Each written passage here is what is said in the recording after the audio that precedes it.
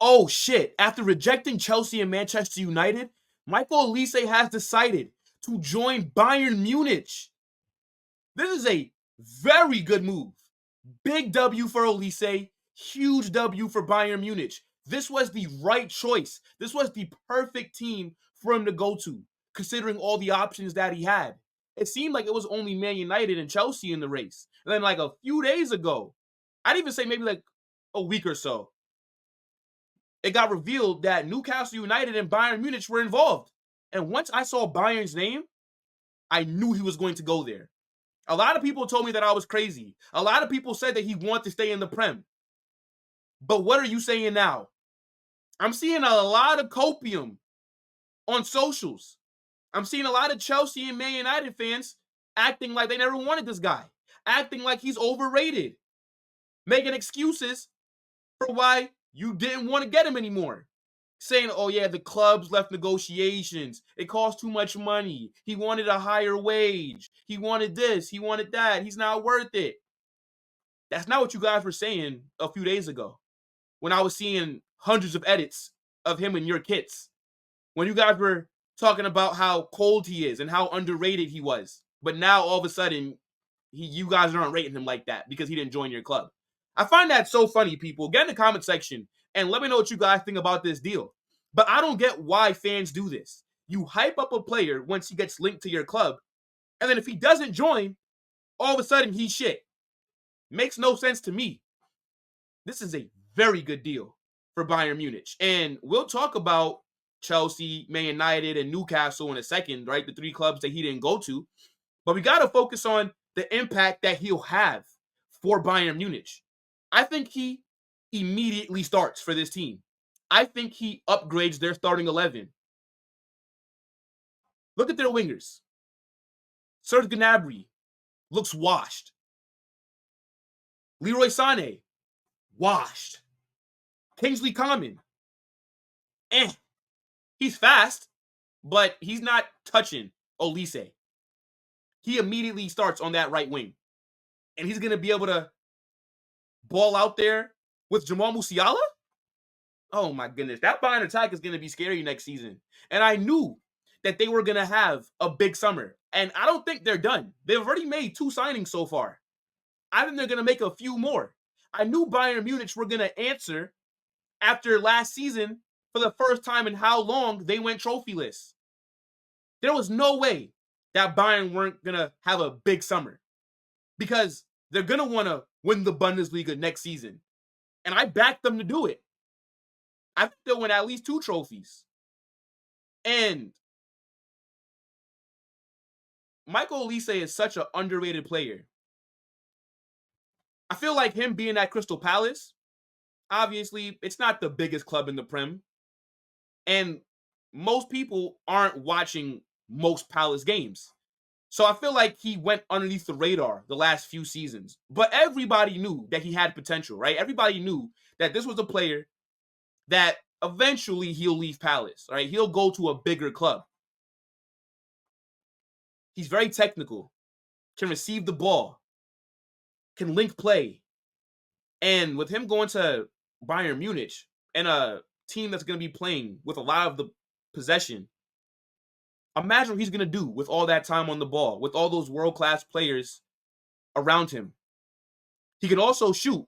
He's very dangerous when he cuts inside. He can take corners, free kicks, penalties. He is a very good player. I think he's one of the best young wingers in the world. He's definitely up there. And I don't understand why France did not call him up for the Euros. I think England could have called him up as well, but they didn't. But if I was him, I wouldn't want to play for England underneath Gareth Southgate. I'd want to go to France. You know, I think they have better players there. The talent in France is a lot better. But I think he's going to be representing France in the Olympics later this summer. So we'll see him play before next season kicks off. But going to Bayern Munich just made the most sense out of all the teams that were linked to him. They're the best club that was in for him. They're an elite club, mind you. I think Bayern Munich have the highest standards in world football aside from Real Madrid. At Bayern, they'll sack their manager even if he wins the Bundesliga because that's still not good enough. You got to win multiple trophies. And I knew that they were going to go into the summer market and be aggressive. And that's exactly what they've done. Now, one of the big pieces in this transfer window has decided his future. He's going to get to play Champions League football as well for the first time in his career. I'm excited to see how Olise does on the big stage because I like him. And I think that he will flourish at Bayern Munich. He will cook in the Bundesliga. And I'm seeing some fans say, oh, he's decided to go to a lesser league. And I think that's actually fair because the Bundesliga, in my opinion, is shit. It's entertaining, but let's not confuse it. It's not a competitive league at all. I know Bayer Leverkusen won it last season, but that's an anomaly. Bayern dominate that league.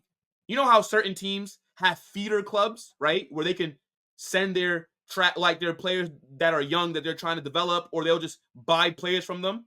Yeah, Bayern Munich have a feeder league. Every single team there. If you have a good player that has a lot of promise, or that's world class, or that has a lot of potential, Bayern Munich will buy him from you. And they all happily sell to Bayern. Their biggest rivals, Dortmund, always sell their best players to Bayern. So how can I rate the league? So when fans say that, yeah, he's gone to a lesser league, I kind of agree. Again, Bundesliga is entertaining, but come on now. All these teams sell to Bayern Munich. How can I rate it?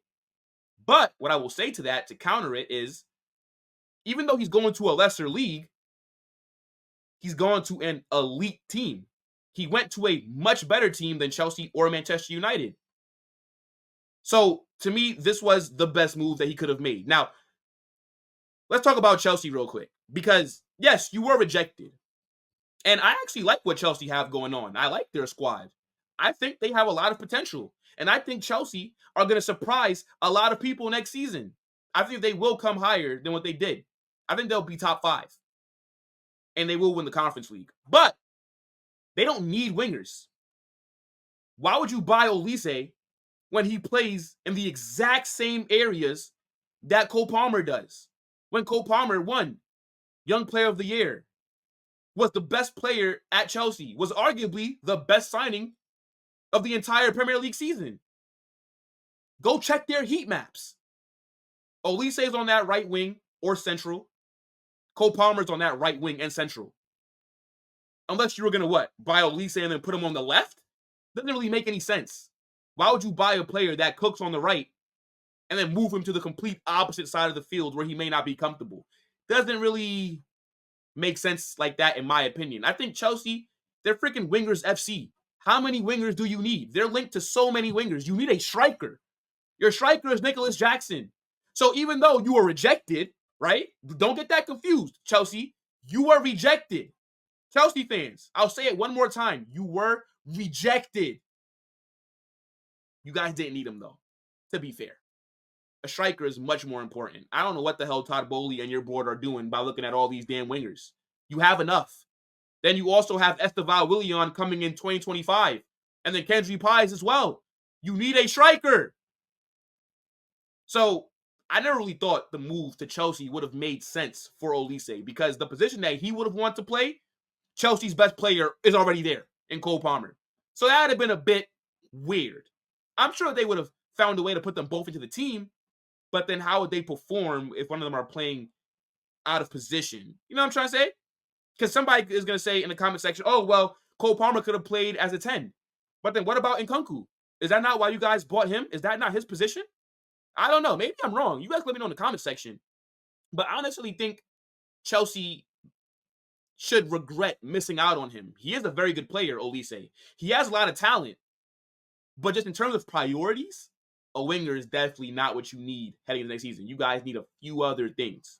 Now, Manchester United, I thought out of Chelsea and United, Manchester made more sense. Because Olise would have immediately walked into that starting 11. There's nobody that can contest him there. He'd be the best winger the day he walks into that club. So, as far as game time and being able to play where you want, United just made the most sense. But I didn't think he'd want to go there. They're a mess right now. Manchester United are, I don't know what the hell's going on. You ended up keeping Ten Hag, We don't know what the hell Ineos' plans are for the future. You're going to be in Europa League. And would Olise actually thrive at Man United in the system that this manager plays? Because Olise is a very similar profile to a Sancho, right? In terms of they're very technical, like to link play, hold the ball, and progress with it and attack. This is not a team that does that. You're not going to buy Olise and then expect him to put in good performances by asking him to defend for 60% of the game and then just try to hit teams on the counter by kicking the ball forward to Megan Rapinoe or Marcus Rashford. It wouldn't really make any sense. Technical players do not thrive at Manchester United. I don't know why. It seems like the fans and the club only want to appreciate the guys that just run around a lot. But guys that are actually good on the ball, they don't make it. I don't understand why. But again, for playtime purposes, I thought maybe Man United makes a bit more sense because there's nobody there to contest him. And also, Man United are a huge club. They've fallen off, and they're not what they used to be, but they still are a massive club. Let's not get this confused. Now, Newcastle, I know that you guys were in the race for about a week or so, but I didn't think Newcastle would actually go out there and sign Michael Olise. I'm going to be real with you, bro. Like, why the hell would he pick Newcastle? I know that you guys got the Saudi owners, so you guys are super rich, and you do have a decent squad there. Eddie Howe's a decent manager, but I'm not going to leave Crystal Palace to go to Newcastle. It's not like Newcastle have made huge waves and they're a top 4 team with a great squad and they just need a few more pieces. No. They might lose some of their big name players this summer. Let's be honest.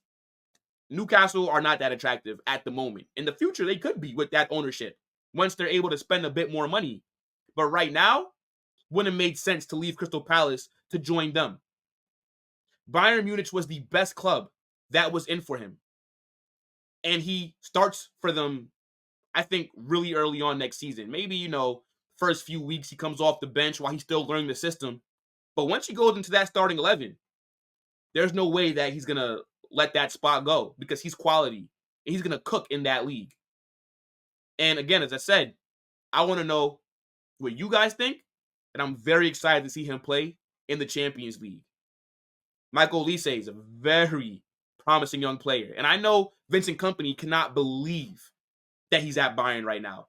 He probably pinches himself every single day thinking, how the hell did I get this job? Because this guy just got relegated with Burnley.